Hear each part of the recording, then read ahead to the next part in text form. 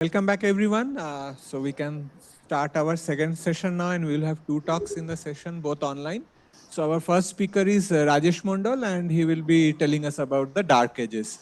Rajesh, please go ahead. Okay. So first of all, I'd like to thank the organizer for giving me this opportunity to talk about my work on Dark Ages. So I'll talk about 2007 cosmology from Dark Ages, and excuse me for my voice. I'm a little bit down today. Uh, so, so as you know, after the recombination, the universe was mostly neutral, and things are very uniform. There are little nonlinearities, and there are no sources of light. And this epoch is called the Dark Ages. And I hope all of you know the physics regarding this thing. And only the collisional coupling is important. Collisional coupling is important in this epoch. So I'll mostly focus on this epoch before the formation of first sources. So the question we'd like to know is, can we use the Dark Ages 21 centimeter signal to study cosmology? Or we can use the signal to constant the cosmological parameter. Or in other sense, is it observationally feasible to study the Dark Ages? That is the question we'd like to see. So the motivation behind this work is, as you know, this 21st century signal from Dark Ages is a cosmological probe, and in that epoch there are no sources. So that is why there are, the signal is free from complexity, astrophysical complexity, just like the signal CMB signal. And also the 21 centimeters data sets are three-dimensional, unlike the CMB. So that is why it contains much more information than the cosmic microwave background. And as I mentioned, there are no complexity for nonlinearities. So the nonlinearities in that signal is very mild. So we can sometimes ignore that nonlinearities. And previous study has been shown that this power spectrum on these Dark Ages is very sensitive to the cosmology, and particularly at the BAO scale. And now, why we are interested? So it has been done. This problem has been studied, and many things has been done before, like 20 years, 1 decade, 2 decades before.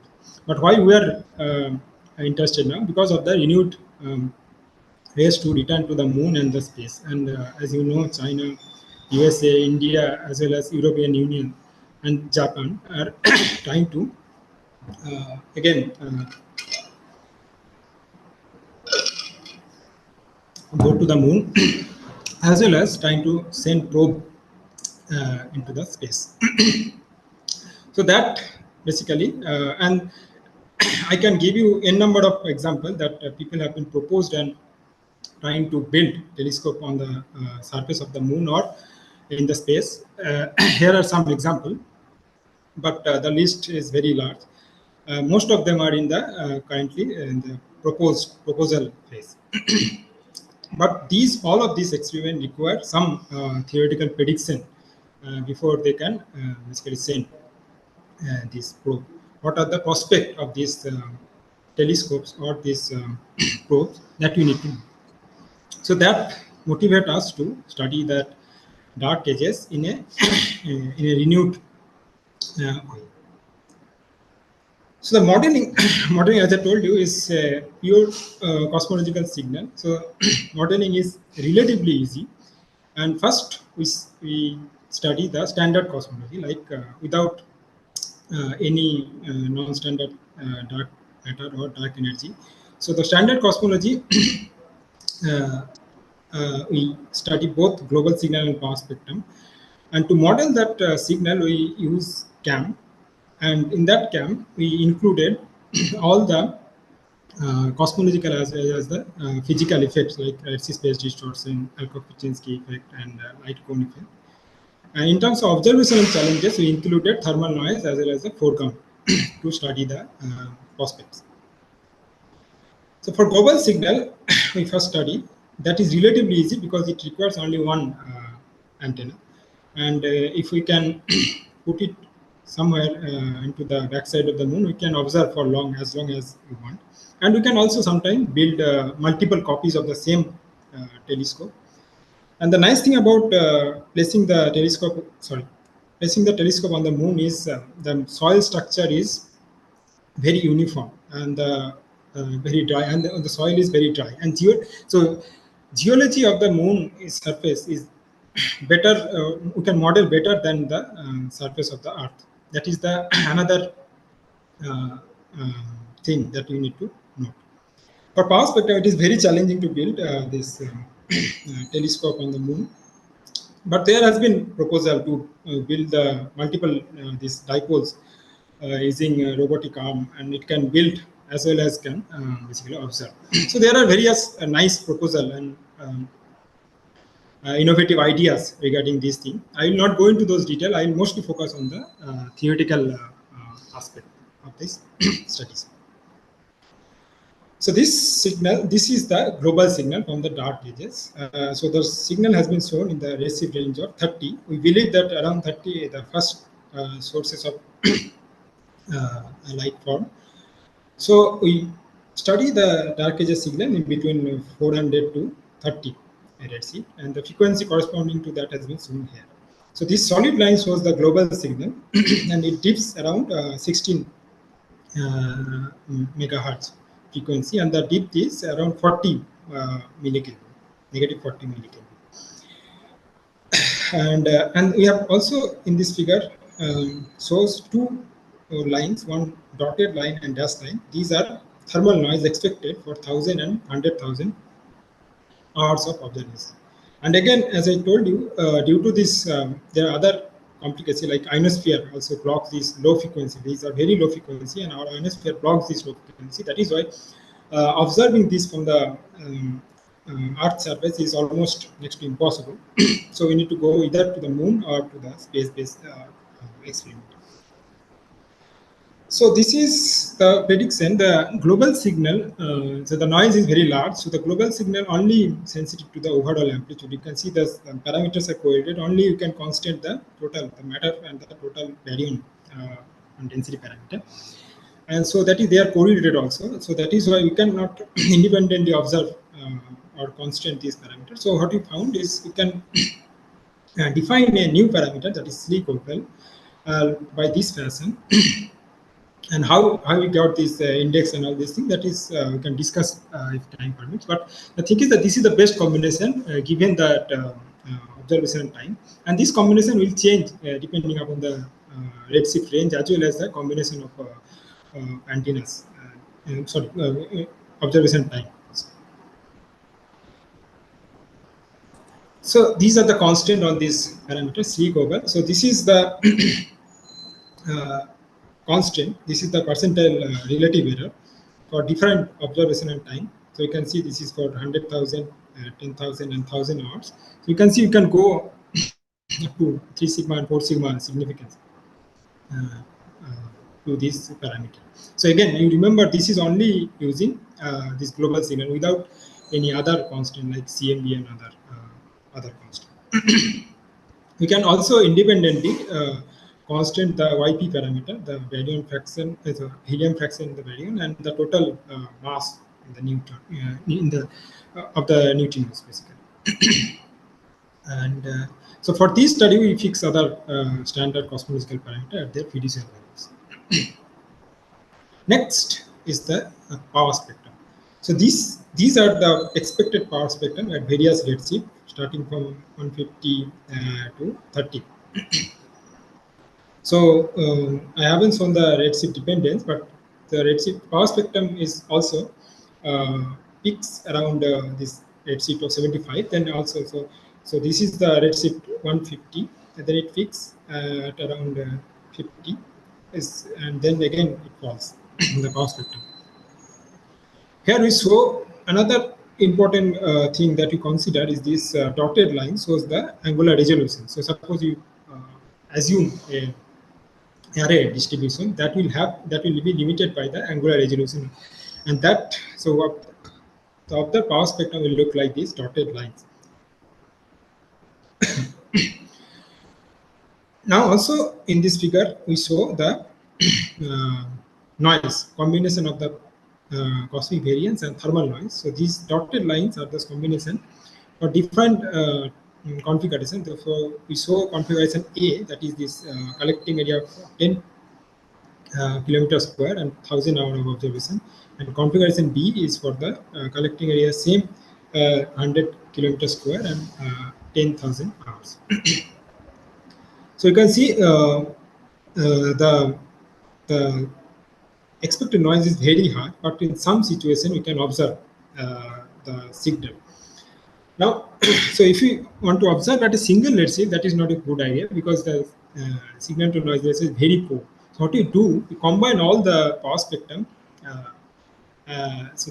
We break the full light cone in 5 megahertz chunk, and we observe the power spectrum in that chunk, and we combine all the power spectrum. For example, starting from 200 to 30, let's say. Starting from 200 to 30, let's say, we combine all the power spectrum. That is the combined constant, and using the combined constant, again the prospect of individually constant in containing all the cosmological parameter is not good, but again we can define a combination parameter, that is this power C power spec, that with this following formula, that we can constant very efficiently. Again, so remember, this is independent of other probes, so that can break some degeneracy in other probe also. And if we combine other probes, we can constant this parameter even more accurate. So that is the main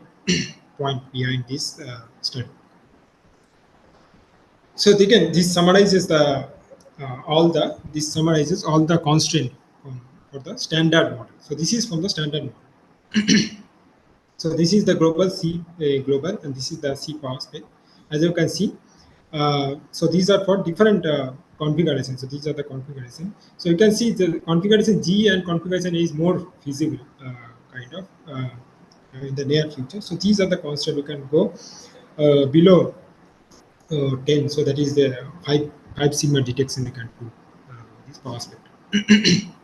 And similarly for YP and neutrino masses, we can also constrain those parameters. So I will not go into the numbers, but you can see this is the prospect is not very poor.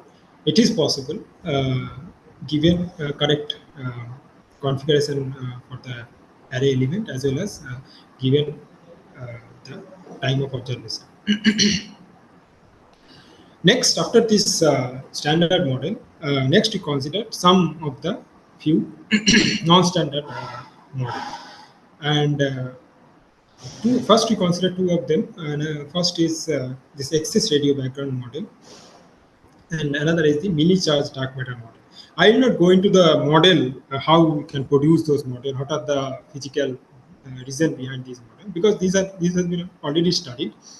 We'd like to know whether we can observe this non-standard model, or whether we can distinguish this non-standard model with respect to the standard model, or other thing we can study whether we can distinguish this model from the foreground itself. So foreground we have, and whether this signal is above the foreground or not, with how many hours of observation we can distinguish between the foreground and these signals, or from the signal, from this non-standard signal, from the standard signal. That is the main study behind in this second work that we did.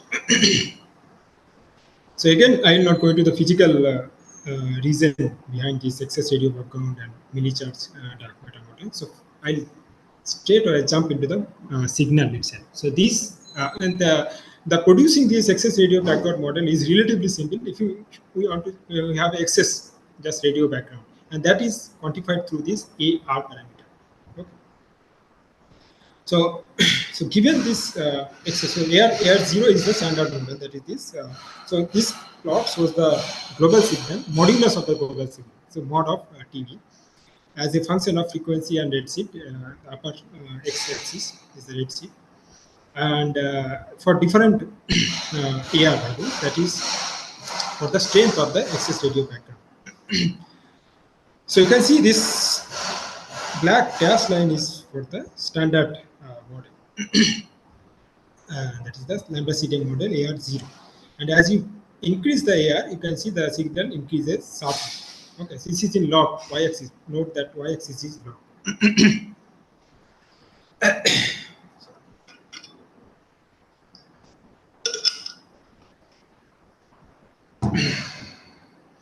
And we also saw the this thermal noise for 1000 hours of observation, and we took beamwidth frequency beamwidth of delta LNU of 1 megahertz.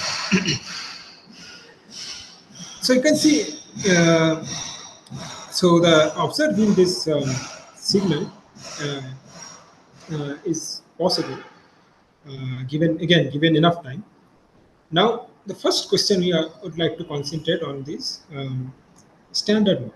So the question we'd like to ask, prospect of measuring the standard signal with respect to the zero line, with the foreground.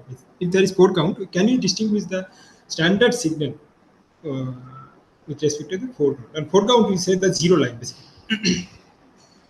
So we consider the power law foreground, and then we see that for 1000 hours of observation, we can basically observe, we can detect the global signal with 4 sigma, almost 4 sigma significance. So, so this signal is can be distinguished for the foreground with 4 sigma significance if 1000 hours of observation has been done. And for power spectrum, so this G configuration is somewhere close to this 1000 hours of observation. That is, with 3 sigma we can detect the power spectrum. And if we increase the either the observation time or the collective area, significant increases. That is obvious, right? So that is a quite quite a good prospect, right? So if you can observe only for 1000 hours, again, so 1000 hours, you can, if you use multiple copies of the telescope, this 1000 hours become divided by the number of copies, basically. So you can detect the signal with 4 sigma significance. So that is a good prospect, and the power spectrum we can detect with 3 sigma, the lowest configuration, using the lowest configuration. So given this prospect, we next consider the excess radio background model. So again, for excess radio background model, we can do it in 2 ways. One, detecting the excess radio background with respect to the foreground, that is the zero line, and with respect to the standard signal. Whether you can distinguish the excess radio background, if there is some signal you observe, whether that signal is not standard signal, something else, that you can do using, that is the meaning of that with respect to the standard signal. Okay. So we define, so the model we define is as follows. We define a model with respect using this beta parameter. Beta times the signal. If the beta parameters is higher, then the significance basically increases. And if the error on the beta parameter is higher, then the significance increases. If the if it is lower, then the significance increases. And if the beta, we define the next thing, the signal, standard signal plus beta times the standard signal minus the ERB signal. Again, if the error on the beta parameter decreases, the significance increases. That is the simplest model. Okay, and we constant that thing, and we found this significance. So the solid line shows the ERB signal from the standard case, and the dotted line is the significance for detecting with respect to the zero signal. So you can see, so the first, let us consider this solid line. You can see as you are increasing the AR values, it is, as you can see, the significant increases. That is obvious because the signal itself increases, but at some point it gets saturated. Okay. So even if you increase the AR value beyond around, let's say, 0.2 or so, cannot increase the significance. That we have seen. And the next thing for this zero.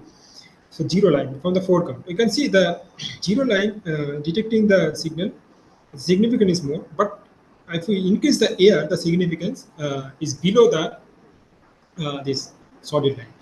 And we found this is because the ERP signal is also very close to the foreground one. Okay, so there is a degeneracy. That is why when you are including the foreground, basically it is easier to distinguish the ERP model from the standard signal than the zero signal. So that is the reason behind this table. Rajesh, you have 5 minutes left. Okay. Okay, so I'll finish it soon.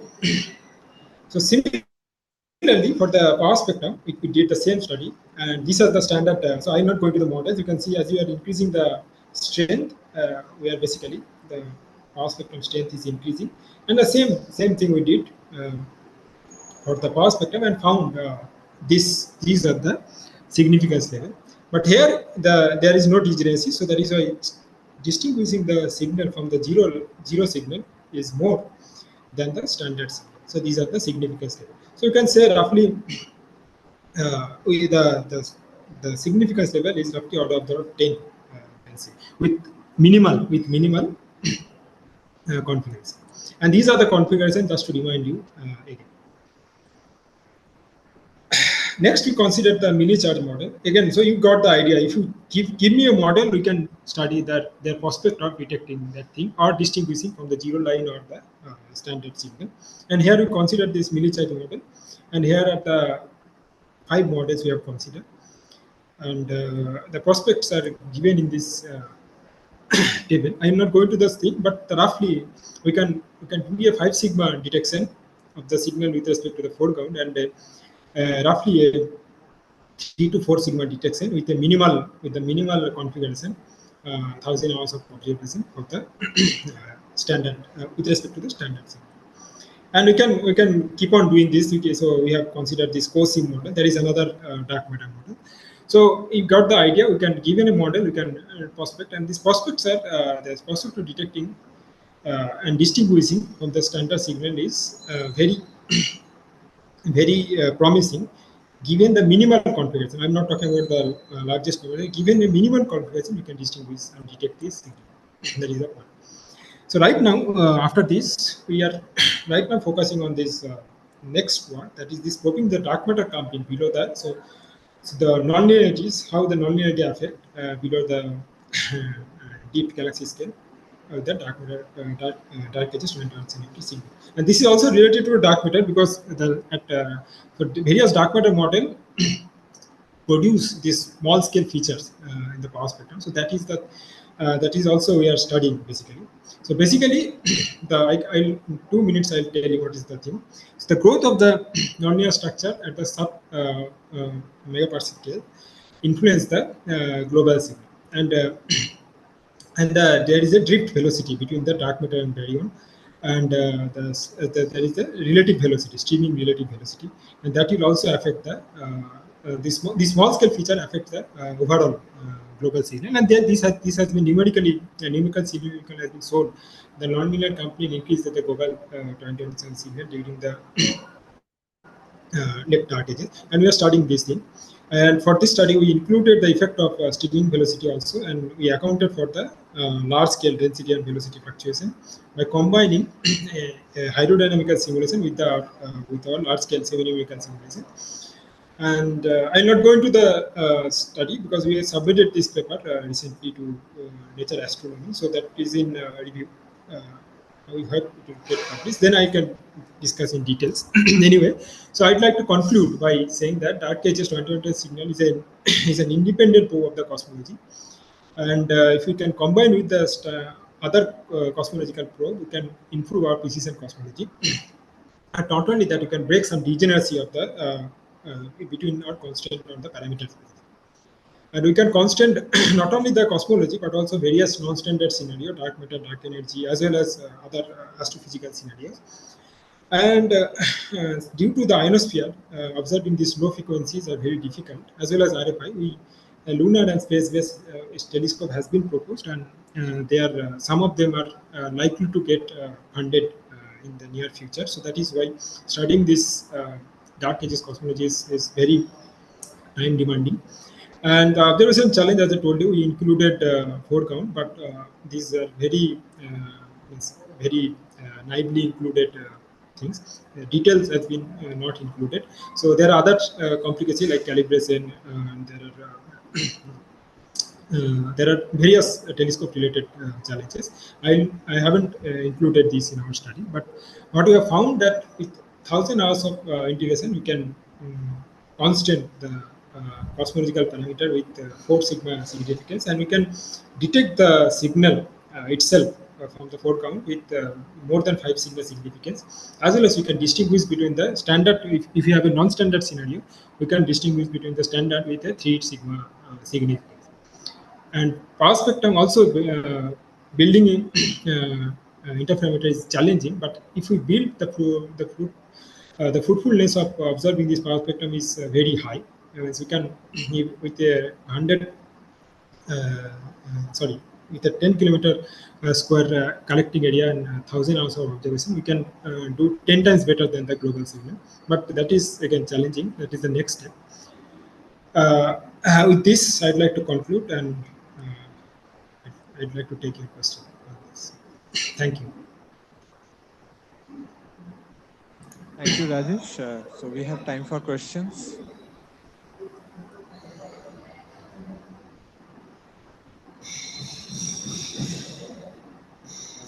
Hello. Yes. You talked about using the hydrodynamic simulation. So traditionally, H1 people use the dark matter only simulations. So is there any visible improvement in the? Yes, yes, that is the thing we want to model is a very small scale nonlinearities. Okay, and also this velocity effect. Okay, so if you only include dark matter, this if a baryon and dark matter relative velocity cannot observe. So that is why we want this. So this hydrodynamic simulation is very small box. We do this hydrodynamic simulation in very small box, like in 3 megaparsec or so. Okay. Then we study those hydrodynamic simulation, you changing the initial condition and various other things, and then from this hydrodynamic simulation, we paint the numerical simulation, semi-numerical simulation. That is the large box, because the global this is a global signal. Okay, we want to observe the global signal. That is a large scale feature. Okay, that is a large scale feature. So we study the small scale feature using the hydrodynamic simulation, and and from this study we populate the pixel of our semi-numerical simulation from this hydrodynamic simulation. So it's not like full hydrodynamic simulation that we have. Okay. You understand what I'm Thank saying? you. Yeah. Yeah.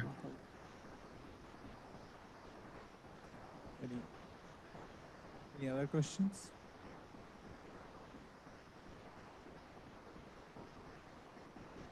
Rajesh, I had a technical question. So this combination you obtained of for cosmological parameters, to which the data is most sensitive to.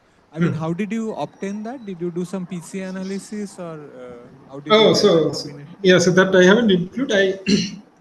We basically we use Fisher analysis. Okay, and Fisher analysis we minimize the so that is the minimize the, so this is so the Fisher, if you do the Fisher analysis, the covariance matrix has this correlation. Okay, so using this correlation, basically you can define given the correlation. For example, this is easy to define. So this, you see this correlation basically, right? So given this correlation, this is around somewhere around 90. Forgot exactly, but given this correlation, so you can define basically this correlation coefficient. So basically this value is coming from the correlation coefficient. This is basically this the off diagonal term basically. So that minimizes this correlation. So see, if you combine, if you constant C global and one of the parameter, the correlation is zero basically. Do you understand? Yeah, no, I understand. Yeah, but you Yeah. didn't do a full run with such a thing where you No, we did the MCMC also to check. with it's okay. Yeah. So that is giving the same result. Yeah. Okay. If there are no further questions, then let us thank Rajesh again. Thank you, Rajesh. Yeah, thank you.